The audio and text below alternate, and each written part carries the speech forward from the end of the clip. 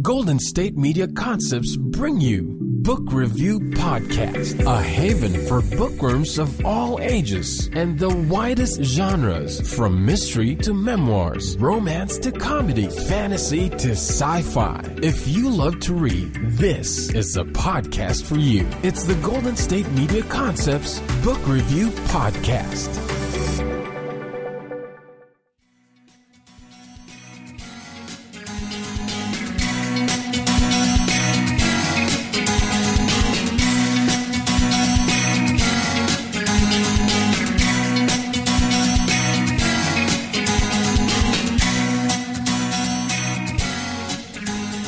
Hello and welcome to the GSMC Book Review Podcast, brought to you by the GSMC Podcast Network. I am your host, Sarah, and it's Tuesday, so you know what that means. It means an author interview, which I love. Today's author is Karen Stefano, and her book is called What the Body Remembers. And actually, before I get to even the subtitle, I do want to give a quick note, a quick trigger warning that this is a memoir. It is about an assault that Karen experienced and the aftermath of that assault, the PTSD, etc. So just want to give warning for that in case this is not something that you should listen to for your own health. So the book is called What the Body Remembers, a Memoir of Sexual Assault, and it tells Karen's story. On a summer night in 1984, 19-year-old UC Berkeley sophomore Karen Thomas leaves her uniformed patrol job and walks home alone in darkness. At the threshold of her apartment, a man assaults her at knife point. After a soul-chilling struggle, she manages to escape. Though she is left traumatized by her assault and the subsequent trial of her attacker, she herself goes on to become a criminal defense lawyer, defending those accused of crimes as heinous as the one committed against her.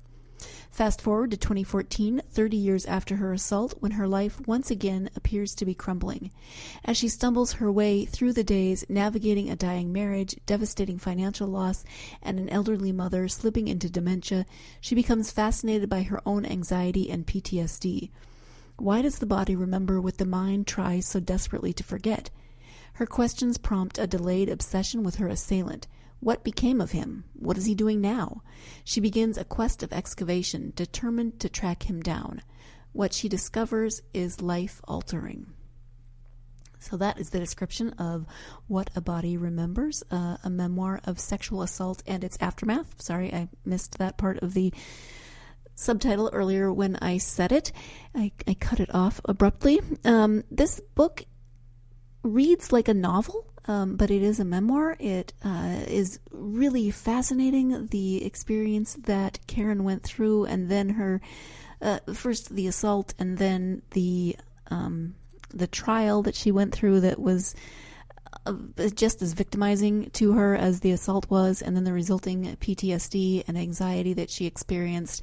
And it's really powerful and really emotional to read through this book, but she writes with humor and honesty and looks at her life through this lens, yes, but also through the lens of how she came through this experience and how it affected her life and where she is now because of this experience and some of the things that resulted from it.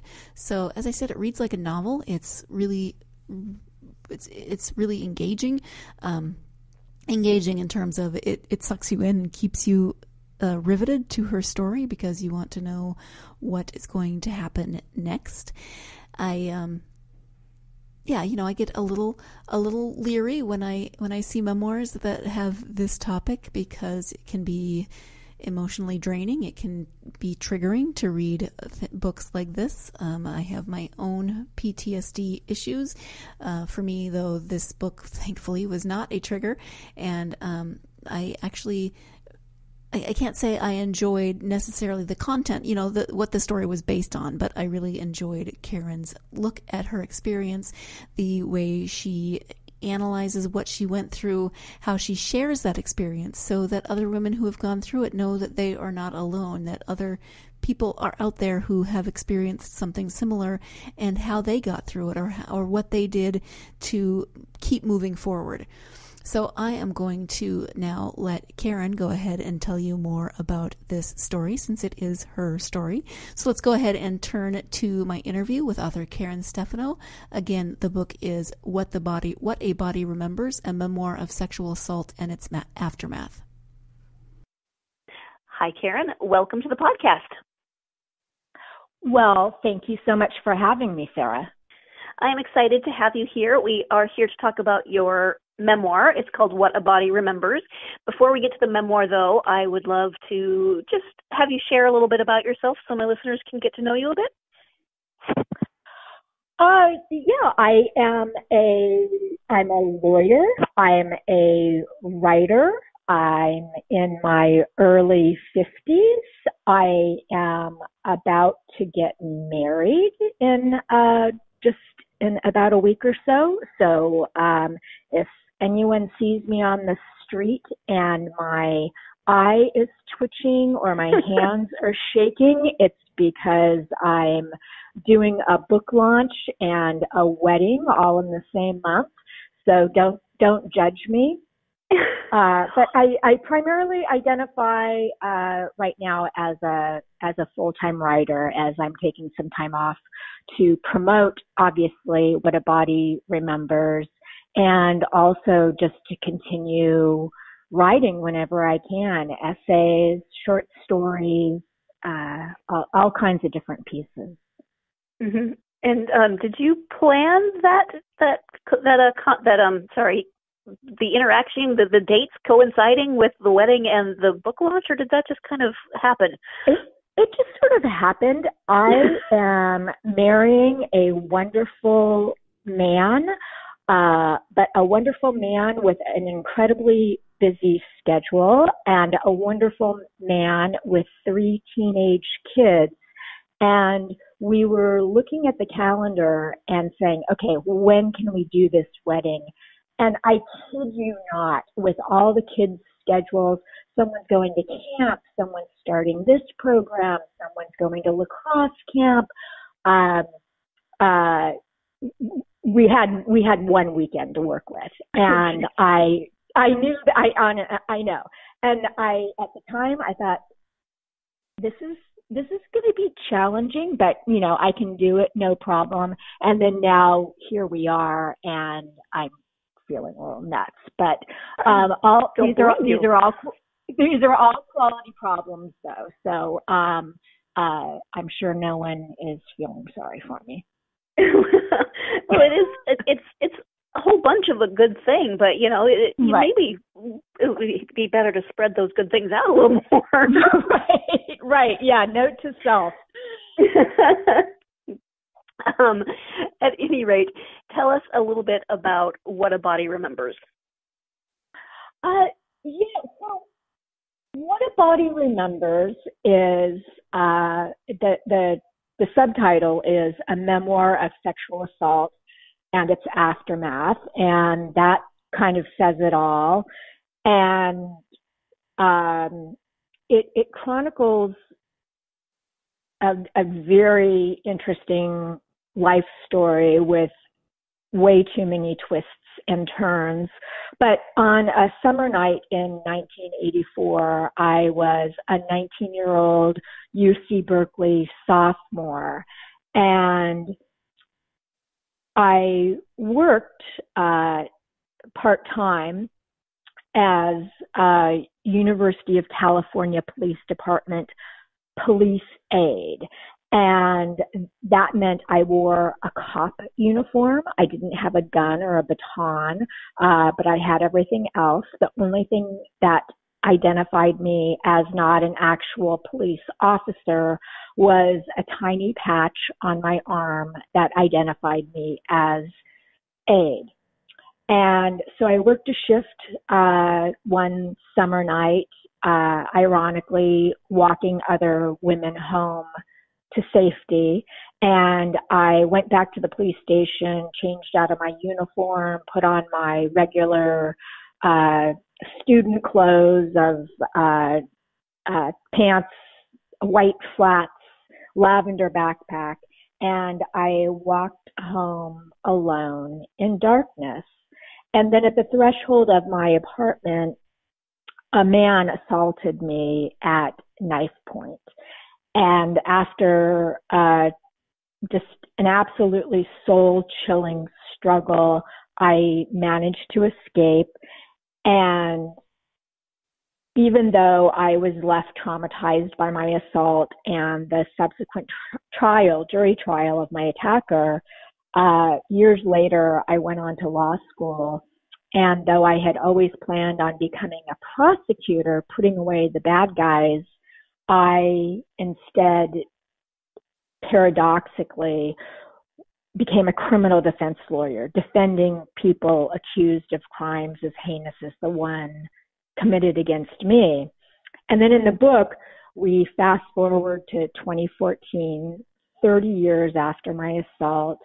And at that time, my life, once again, seemed to be crumbling. And I was stumbling my way through the days. I was navigating a dying marriage at the time, devastating financial loss. And my mother was at that point slipping into dementia. And I became fascinated by my own anxiety and the PTSD that had resurfaced from the assault. And I asked myself, why does the body remember what our mind so desperately tries to forget? And these questions prompted what can only be called, it was a delayed obsession, really. There's no other word for it than obsession, with my assailant. I wondered, whatever became of him? What's he doing now? And I began this quest of excavation, really, determined to track him down. And I won't give away any spoilers for the book, but what I found out was nothing less than life-altering. Mm-hmm. And so you chronicle your experience in the book about the assault and about the aftermath, which, again, I don't want to give too much away, but the aftermath was almost as traumatizing as the actual assault in terms of how the trial process worked. When you started writing the process, it sounds like you were writing it from kind of an interesting place in your life. Was the process then cathartic, or did it trigger more anxiety? How did that work for you? Yeah, that's a great question. It was not cathartic at all. It was incredibly triggering, and the PTSD I referenced was to the sound of footsteps, because before my attacker made his move, he was just a man kind of jogging down the sidewalk close to midnight. And in Berkeley, it's an interesting city, and a guy just kind of jogging down the street close to midnight is no big deal. So I hear his footsteps. I see him. I kind of look and assess, is this person a danger? I decide no. I turn back around to go continue my walk through the hallway to my apartment, and then the footsteps changed course. I turned back around, and he had these wild blue eyes, and they just locked on mine, and then I saw the knife in his hand. So my PTSD was with the sound of footsteps. And so when I set about the task of researching and writing this book, that trigger of footsteps came back with just a vengeance. And there's a story that I've shared before. One morning, I'm in San Diego. It's 8:30 in the morning. I'm walking to my office downtown. It's broad daylight. There are plenty of people out. and I hear the sound of footsteps behind me, and it's a guy jogging, as people do. And I couldn't control myself, and I spun around, and this poor man, he was just jogging, and he hadn't done anything wrong, and he saw the look on my face, and he knew that something bad had happened to me, and he was so kind, and he just apologized profusely, even though he'd done nothing wrong, obviously. But yeah, so that's what was going on with me basically the whole time I was researching and writing this book. It was incredibly triggering. It's kind of a weird place maybe to jump in here, but we do need to take our first break of the podcast. When we come back, we'll be talking more about Karen's story, as well as her writing process and lots of other topics. So stay tuned. You're listening to the GSMC Book Review Podcast, and I will be right back. Hi, this is Sarah, host of the GSMC Book Review Podcast, here to talk to you about The Emissary, Book 1 of the One Great Year series. Written by Tamara Veach and Rennie DeFazio, The Emissary is the journey of soulmates, of good versus evil, and of how humanity evolves over time. I was reading a book by Graham Hancock called Fingerprints of the Gods. And in that book, he outlines this alternative history that there was a much older civilization than we are currently taught in schools, but it was completely wiped off the face of the earth by some major catastrophe. And I thought, why isn't everybody in the world talking about this?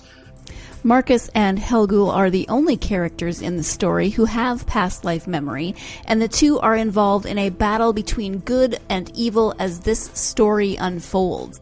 The whole relationship between Helgul and Marcus shows the importance of how what choice you make in every moment dictates where your life goes and who you become. And you can always change that. And Marcus and Helgul are on that journey together of making choices, and you see how totally different their lives are, even though their beginnings were the same. The Emissary shows how every soul has a purpose, how all lives have meaning, and how we are all connected. If you want more information about this book and this series, Tamara and Rennie were recently guests on the GSMC Book Review podcast, so check out episode 162 to hear their interview.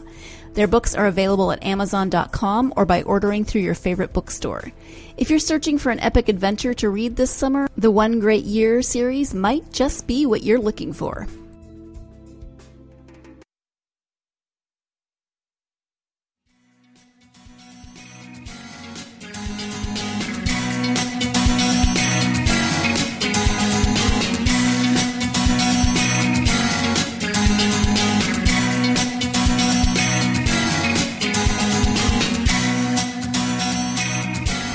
Welcome back to the GSMC Book Review Podcast. I am speaking today with author Karen Stefano about her memoir, What a Body Remembers. Before the break, she had been talking about the process of writing the book and the way that the process was very triggering for her in her PTSD. So let's go ahead and get back to that interview with Karen. And how did you eventually navigate through that? Did you get therapy, or was the writing process eventually cathartic? How did that turn out? The writing process for me, and this is an interesting topic because a lot of people write about trauma, and I'm sure everyone's experience is a little bit different, but it was the first draft that was really the most triggering. Once I got into the editing process of making sure, that a scene worked on the page, it became more mechanical. I was more distanced from my own story, and all I cared about was, is this scene working? And so that that's kind of how I made it through. The first draft, I was reliving my own trauma, and in the editing process, I was just a writer writing about almost some other person. Mm-hmm. And how did you get through that first draft then? What kept you going? Just a determination to tell my story. I do have a wonderful therapist who I've seen for years and years, and some on an as needed basis. And sometimes I'll go months without seeing him because I'm feeling like I have my own toolkit for coping with life. And I definitely saw him a lot during this writing process. And I just tried to engage in what are my personal standard self-care techniques. And they're pretty simple. I'm getting sleep, eating, going to therapy as necessary, exercising. That's the best therapy in the world for me personally, and then just giving myself plenty of what I call downtime, and that consists of sitting in bed and binge watching shows, snuggled up with my cats. But yeah, just, that's my self-care plan. And, I know everyone has one. We don't always, utilize our self-care plan, but, that's what I did. That's how I got through it. And there were some rough days. Mm-hmm. And then in your work as a defense attorney now, I know you said that eventually it kind of got better before getting worse, but how have you managed triggering events that I'm sure happen occasionally in your work? Yeah, well, actually, so just to be clear, I'm no longer a criminal defense lawyer. I practiced criminal defense for 8 years. This was in the 90s, and that piece of my life is also chronicled in What a Body Remembers. And I address directly in the book the apparent paradox of me being an assault survivor and then going on to defend people accused of the same crimes committed against me and worse crimes. So I address that directly in the book. But, it's interesting, Sarah, during my criminal defense years, I don't know what it was, if I finally had found a voice in the courtroom, a voice that I didn't feel like I had when I was the victim in the courtroom. But even though I was dealing with these damaged, flawed human beings, I never felt triggered then, and I don't really know why.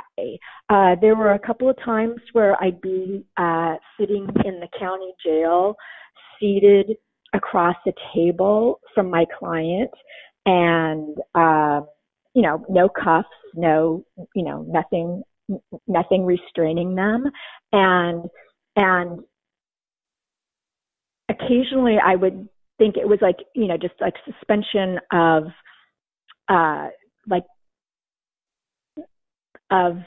all reality. Every now and then it would enter my head, if I make this person angry, he can just lunge across the table and snap my neck, and the deputies in the other room are probably having a cup of coffee, and they won't even notice.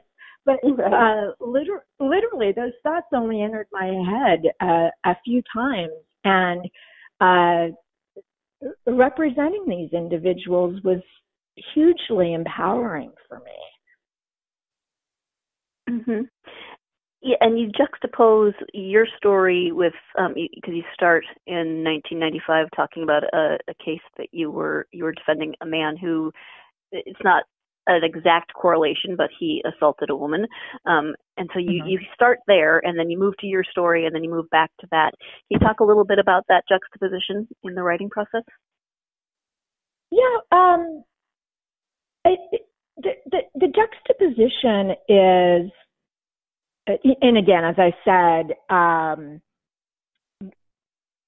people don't expect a victim of a brutal crime to go on to become a criminal defense attorney. And it's something that, some people might have difficulty reconciling. And like I said, this is something I address directly in the book within the full context of all my life experiences.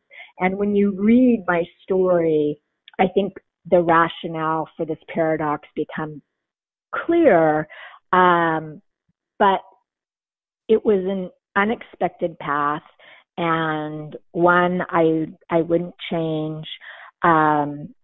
For 8 years of my legal career, I was defending the rights of the poorest, most damaged, most underprivileged people in our society, and those were 99.9% of my clients.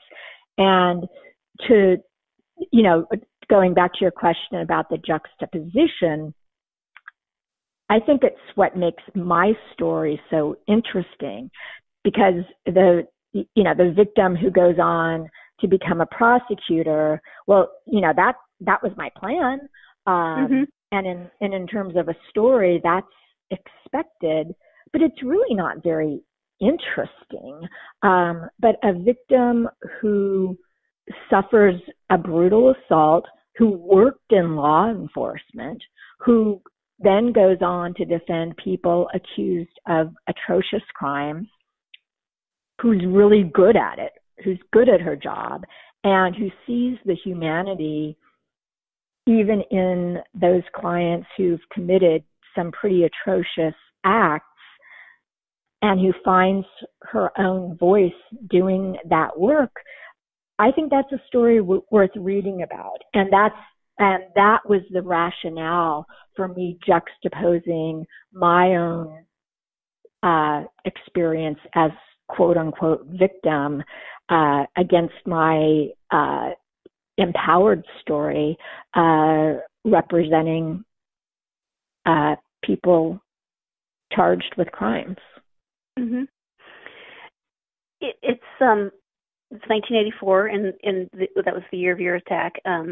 Things have somewhat changed a little bit in terms of how victims are perceived, but unfortunately, in your case, especially with working in law enforcement, you didn't receive a lot of support, really. It felt more like just you were blamed as the victim. And there's some great scenes of people trying to help and just not helping at all. But what do you wish that someone had actually told you after the attack? What would have been helpful? I think one of the most traumatizing things for me, I mean, there's the trauma from the assault, but then there was the secondary trauma from the criminal justice system. And I was an incredibly naive 19-year-old. I guess I was 20 by the time of the jury trial. But I had, even though I worked for a police department and walked around wearing a cop uniform, I was incredibly ignorant and had only a television understanding of the criminal justice system. And so if the DA prosecuting my case could have just spent a little bit more time with me and told me, hey, here's what's going to happen, A, B, C, D, and here's what might happen, and here's your role, and this is why you don't get to be in the courtroom during the proceedings. except for your own testimony. If someone had just talked to me and walked me through that, the whole process would have been so much easier on me. And you're right, things have changed a lot since the 80s. And most DA's offices have a victim liaison unit. People are better at communicating. And so I think things have changed a lot for the better in that respect. But going back to your question, what do I wish someone had told me? I wish someone had just told me, hey, here's the process, and here's what you can expect. Mm-hmm. Yeah, you really weren't told anything. I mean, it's just amazing reading through that, how that all worked out. Before we move on to the next topic, let's go ahead and take our second break of the podcast. When we come back, we will have the conclusion with this interview with Karen. Stay tuned. You're listening to the GSMC Book Review Podcast, and I will be right back. Tired of searching the vast jungle of podcasts? Now listen close and hear this out. There's a podcast network that covers just about everything that you've been searching. The Golden State Media Concepts Podcast Network is here. Nothing less than a podcast bliss with endless hours of podcast coverage. From news, sports, music, fashion, cooking, entertainment, fantasy, football, and so much more. So stop lurking around and go straight out to the Golden State Media Concepts Podcast Network. Guaranteed to fill that podcast itch. Whatever it may be. Visit us at www.gsmcpodcast.com. Follow us on Facebook and Twitter, and download us on iTunes, SoundCloud, and Google Play.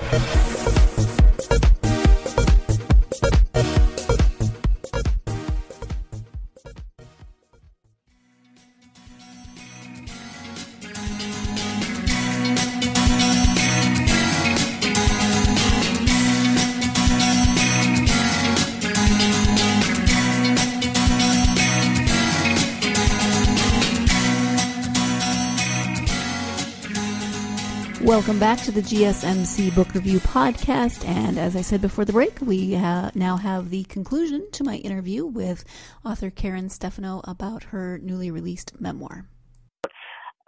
With the recent Me Too movement, do you feel like that has influenced the way you tell your story in any way? No, actually. And the funny thing is, so I started working on this book 2013. I kind of thought about it and doubted whether or not the story had any interest to anyone besides me. And then as I shared with more and more, women, what my Might Be book was about, so many of them said, yeah, I hear you. Something like that happened to me too. And those were the words they used. And they would share their own story. And then that simple act of sharing, I felt, unburdened them a little bit. At least that's what I like to believe. But this was before the Me Too movement.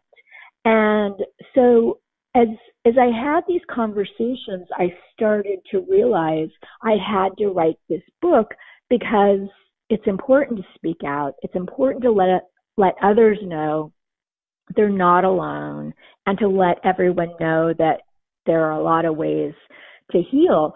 So I feel like the Me Too movement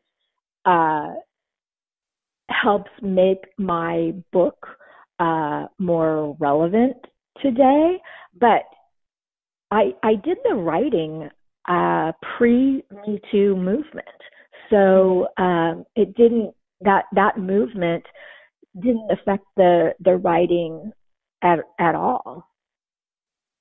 Mm-hmm.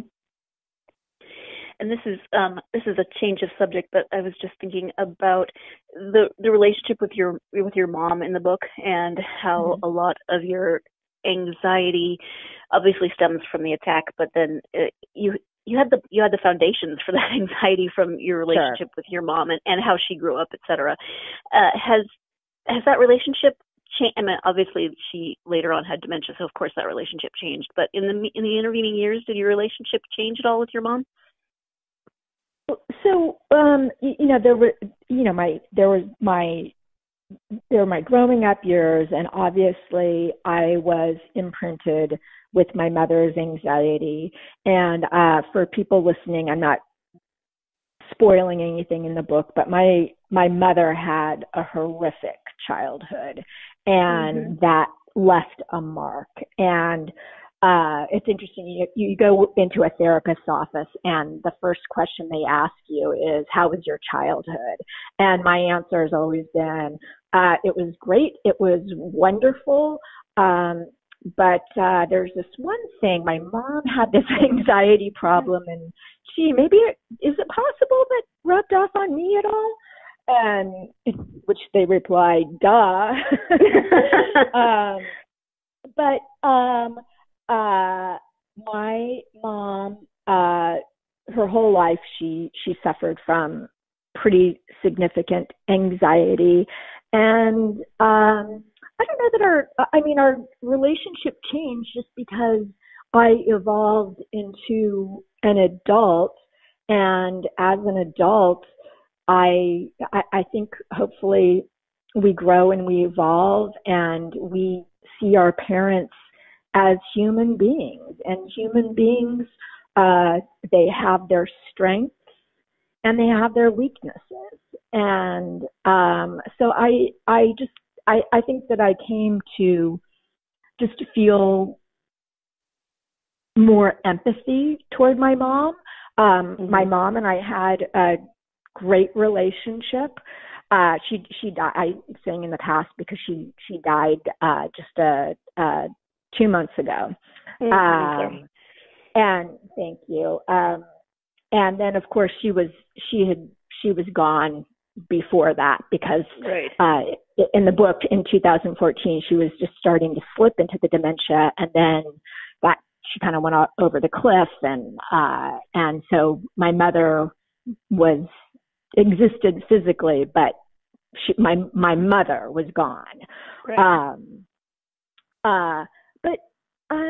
But yeah, I mean, we always had a good relationship, and yes, she imprinted me with her anxiety, but that wasn't of her choosing. She absolutely was a wonderful mother, and I know she did the best she could. Yeah. Thank you. You, according to your website, have another book called The Secret Game of Words. Can you talk a little bit about that? Yeah, so The Secret Games of Words is a short story collection. It came out in 2015, and it's a collection of stories, most of which had been published elsewhere in various literary journals, and then it also includes a few stories that had never appeared anyplace else. And it was my first collection of fiction that I published. I had another book that came out in 2011, but it was a how-to business writing guide, so very, very different. And it's a great collection. I'm very proud of it. It is fiction, but I think with all fiction, there is always a piece of truth in it, and I definitely think that's the case with that book. Mm-hmm. Yeah, and you said that you continue writing essays, short stories, etc. Will you be doing another book? I will be, and that's a funny story, actually. When I started working on What a Body Remembers, I put my novel on the back burner, and my attitude was like, oh God, this is going to be so easy. All I'm doing is just writing about stuff that actually happened. How hard can that be? I'm going to bang this out in 4 months, and then I can go back to my novel and I'll have, an extra book published. And so, here we are, so many years later. But yeah, I do plan to go back to that novel and dust it off. And I actually, the other day, took out the files, the hard copies of the draft. And you know how it is in the writing process. You go back and look at your pages over the space, with a little time in between, and you say, oh yeah, that's kind of good. Yeah. Oh yeah, that's terrible. Okay, that's gotta go. That's gotta go. And right. So that's kind of where I am right now. in all of your spare time that you have, obviously. Right. Exactly. Nothing going on. Yeah. And then when did you start writing? Is it something that you always did, or did you come to it later? I mean, obviously you had to write as a lawyer, but that's a different kind of writing. When did you start writing in terms of fiction or, other kinds of writing? Yeah, I always enjoyed writing. Literally as a kid, it got lost or destroyed, but I still remember it fondly. I had this spiral notebook that I would write stories in as a child. So and then I was always just a voracious reader. But I always enjoyed writing stories. And then it was just something, that I abandoned. I thought it was just a luxury to be able to do that, and I had to focus on my academics and on my legal career. And then I turned back to it in earnest in 2007, and I decided I was going to take myself seriously as a writer and devote more time to it and cut back on my hours as a lawyer. And so it's really since then that I've really identified as a writer. And my first short story was published in 2009, and then I published quite a few more in various literary journals, and then of course released my short story collection, The Secret Games of Words, in 2015, and then meanwhile was working on What a Body Remembers. So, writing is you don't snap your fingers and become Stephen King or Amy Tan or Janet Fitch overnight. It's a slow process. Yeah. This isn't a question per se. It's just something that made me smile as I was reading the book. And you were writing a paper in the book during your college years, and you were typing on a Selectrix, and that just made me smile because I kept thinking, how many people are going to remember that? Or, right? Younger readers are going to be like, what? What? I know. And Sony Walkman, what the hell is that? Exactly. No, it's pretty funny because I in this book I out myself as old. Oh. But no, it's fun in terms of it's not historical fiction, but it's fun in terms of like historic reading a period piece almost, because you have to call your mom, and you call and let the phone ring once and at a specified time, and then you hang up, and then she calls you back so you can avoid the phone bills or calling collect, which most people don't know about. Right. Yeah, people. Yeah, younger people who are reading the book are like, what? I don't get this. What is she talking about? We had an intern a couple years ago who did not understand long distance calls. He just didn't concept that you had to pay for those. And then I tried to explain party lines to him, and I think that's funny. Anyway, moving on from that, from your own experience in terms of how you came to writing, do you have advice for aspiring authors? Yeah, I have kind of two categories of advice. One category is to writers in general. Do it, just write. I'm a big believer in butt in chair time. And you just like have to sit there for a couple of hours, and some days the words are going to come and some days they're not. But you need to keep your butt in the chair and be patient with yourself, and you're going to have good days and you're going to have bad days. But the important thing is to do it, just write. And so that sounds so simple, but in terms of follow through, it's remarkably difficult to comply with. And then category 2, I want to address writers who are considering writing about their own trauma.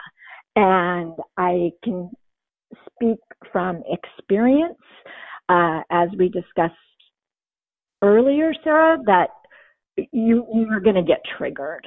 And my advice to you is have a plan, have a self-care plan in place, and be gentle with yourself. And, and if you feel like you're pushing yourself to the brink of a breakdown, maybe it's time to stop. Maybe it's time to go talk to your therapist. And, but, in a nutshell, have a self-care plan in place if you're writing about your own trauma, whatever that trauma might be. Right.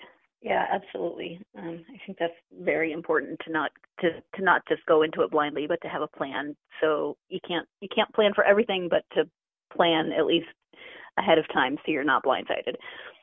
Right. Yeah. You also have a podcast. Do you want to talk a little bit about that?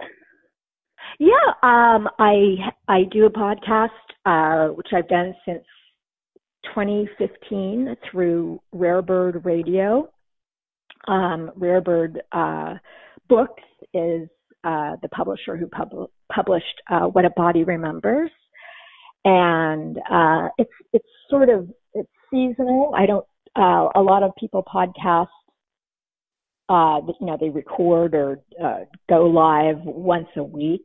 I don't do that. I go in seasons just to give myself a break and allow myself time to kind of get caught up. And Sarah, you're a podcaster, so you know that when you're reading a book with the intention of doing a podcast with the author, it's a very different type of reading process.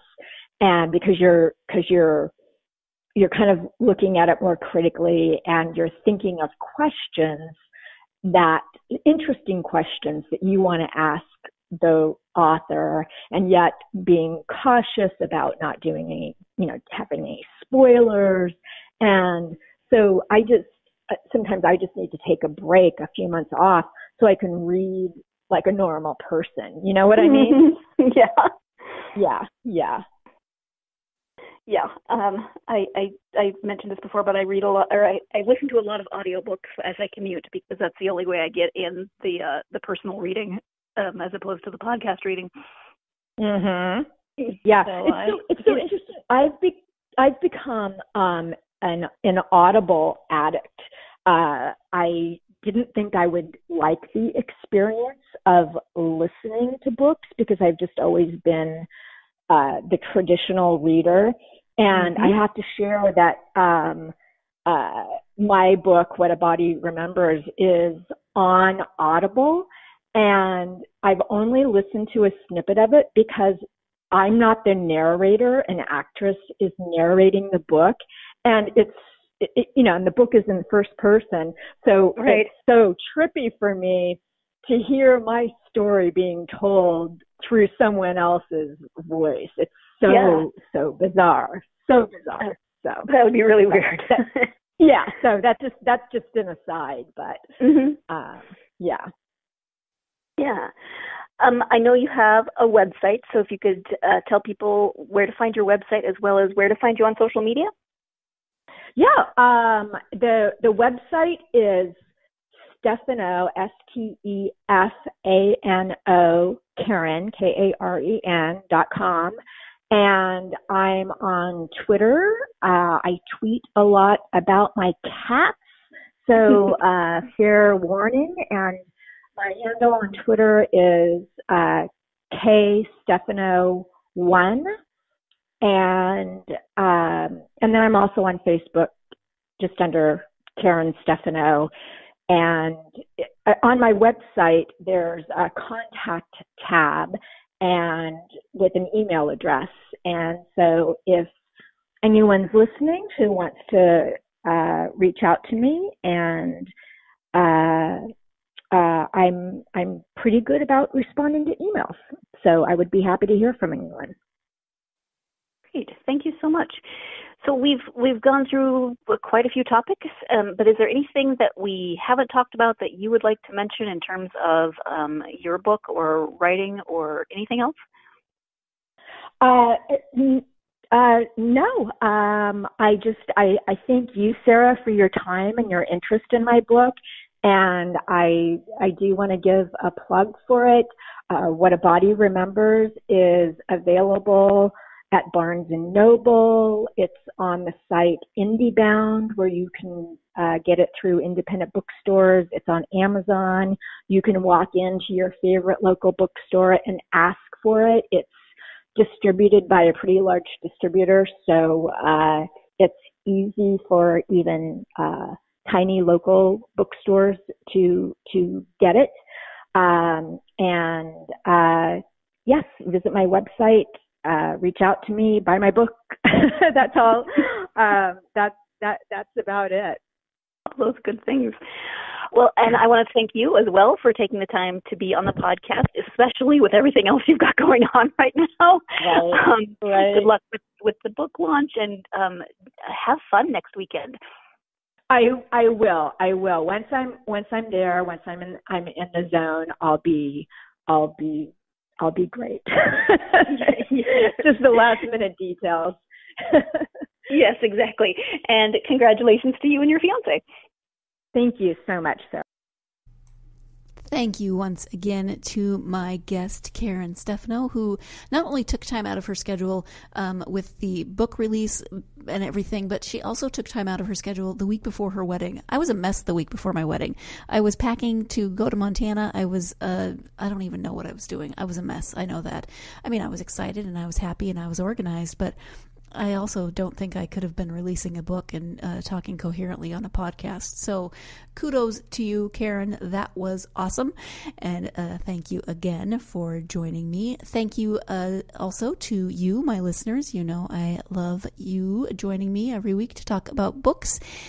Speaking of that, I hope you will join me again on Friday for our next episode, which will be about books because it's always about books. I just have to figure out what books I might be talking about for that episode. In fact, that brings me to a good point. If you have books that you love, series that you love, authors that you love, ideas for podcasts that you would like to throw my way, I would love to hear them. I may or may not utilize them, but I'm always looking for good ideas. And you know, I'm always talking about how long my TBR list is, but I'm always willing to add to that the length of that TBR list. So throw ideas my way. I love to hear them and get my brain jump-started for new episodes. So thank you again to Karen. Thank you to you, my listeners. Hope you're having a great week. Join me again on Friday. But in the meantime, go find some time to get yourself lost in a good book. You've been listening to the Golden State Media Concepts Book Review Podcast, part of the Golden State Media Concepts Podcast Network.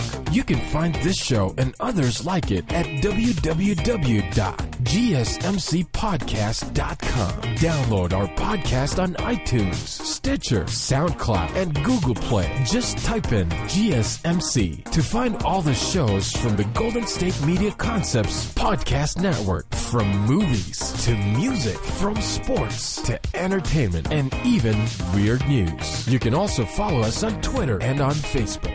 Thank you, and we hope you have enjoyed today's program.